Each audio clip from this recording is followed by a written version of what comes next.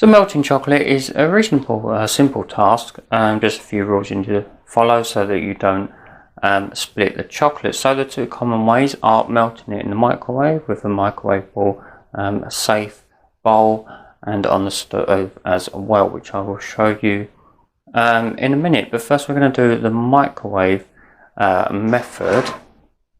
Now this method is best used when you don't need to temper the chocolate. So you know, if you was making an Easter egg or anything that needs to hold its shape and you need to cool it to the correct temperature, then if you don't need to do things like that and you're just putting it to cover a cake or something, or some biscuits, then in the microwave is perfectly fine. But what you need to do is, of course, first of all have a bowl that's safe for the microwave. So check on the package instructions, or like this one, it might have a little label on it that will say that it's safe for microwave. I've cut the chocolate up as well, that will just help it to melt as well.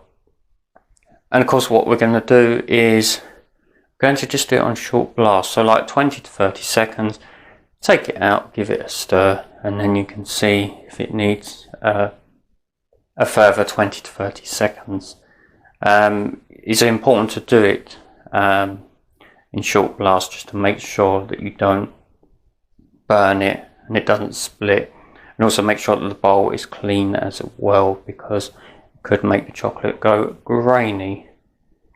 Now what we're going to do is I'm going to show you in the microwave now. So also an important thing to remember is obviously don't leave any spoons in there, because obviously if the metal, obviously that'd be very dangerous, but use a spatula as well, and that way you won't get any bubbles. So let's take it over to the microwave and let's get this bit of chocolate melting. Okay, so I'll put it on for 30 seconds. I've got my spatula ready to stir, and of course also have oven gloves or a towel ready, because obviously the bowl will be extremely hot. So roughly 20 to 30 seconds, and then we'll take that out and just see how it's doing. Okay, there we go. Let's remove that. So be very careful. You see, it's not melted much, but just give it a stir. There's a bit of moisture in there on the bottom, because microwaves, as you probably know, don't melt that evenly. Okay, so let's put it back in. Let's do another 30 seconds.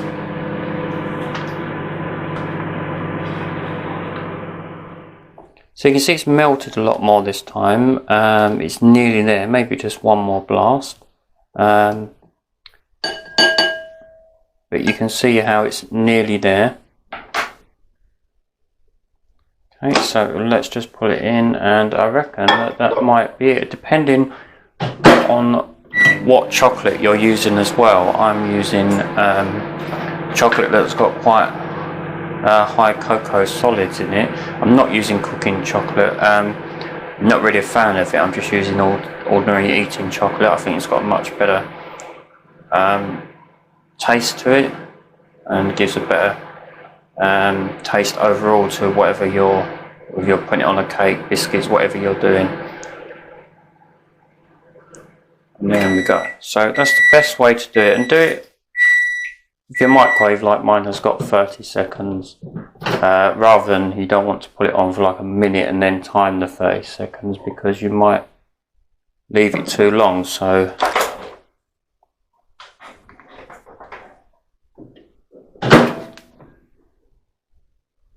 be very careful, because the bowl will be hot. And if we look now, that is exactly as I want it. So as you can see, perfectly melted, and that literally took 90 seconds. Just give it a stir. You can see that it's all now nice and smooth and ready to use for whatever way you want to use it for. And I've just used 50 grams in there just to show you the best way to do it. Obviously, adjust the quantity depending what you are making. So let's go on to the next method, which is bain-marie, or which is basically a pan over some simmering water. So I've just put a tea towel down here because what we want to do is put the bowl onto that after, because it will be hot, because obviously the heat from the water and the steam will go underneath the bowl, and then that will make it hot. So obviously use a cloth to take it off of the saucepan and put it onto a tea towel here, just to keep it sturdy and also so you don't burn your hands. So sort of a similar method with a microwave. You need to keep stirring it, but at the same time there's an important thing that we need to make sure that we do. So in the saucepan I've got basically a couple centimeters of water which are going to heat up. Now the important thing is you need to make sure that the bowl, it needs to be a heat-proof bowl, does not touch the water.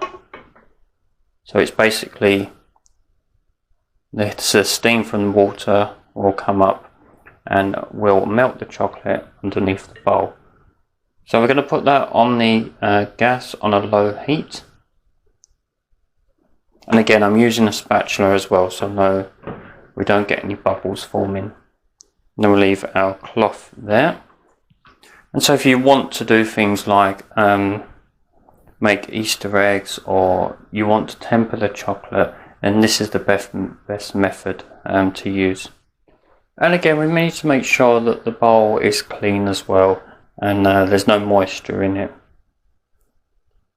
And again, I've cut the chocolate up into small pieces, and so we're using a spatula. And when the chocolate's melted, then obviously we'll remove it from the heat. And of course also once it's melted, you can then obviously do what else you need to do to it. If you're going to add some cream to make a ganache. And again, I've used 50 grams. Obviously this is just as a demonstration. Obviously use what quantities you need to use, but chopping it up will help. So as the water's just heating, it will take a little while to melt it. Just keep it on a gentle heat. Let me know in the comments what ways you melt chocolate. There are other ways as well. These are just the two most common ways I thought I'll show you. You might be able to see up the side now we're getting some bubbles. So obviously the water is gently heating now, so that chocolate should start to melt. So you can probably see now that in the bottom you can see that the chocolate's starting to melt because the heat from the water is underneath the bowl. Just give it a stir.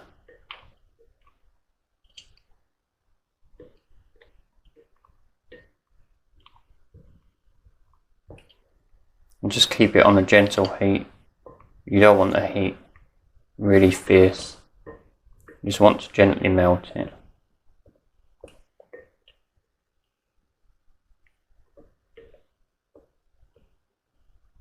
And as soon as it's melted, just turn the gas off, and then using a towel, carefully take it off the pan, because like I said, it'd be really hot.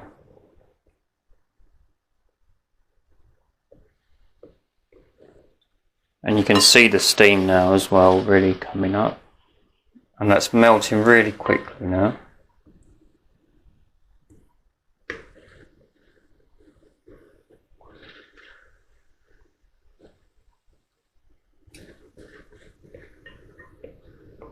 So it's nearly there. It don't take long at all once the water's heated up.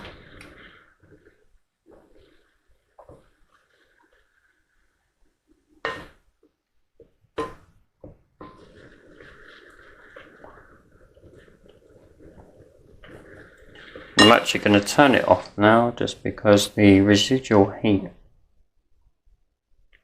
will just melt that last little bit.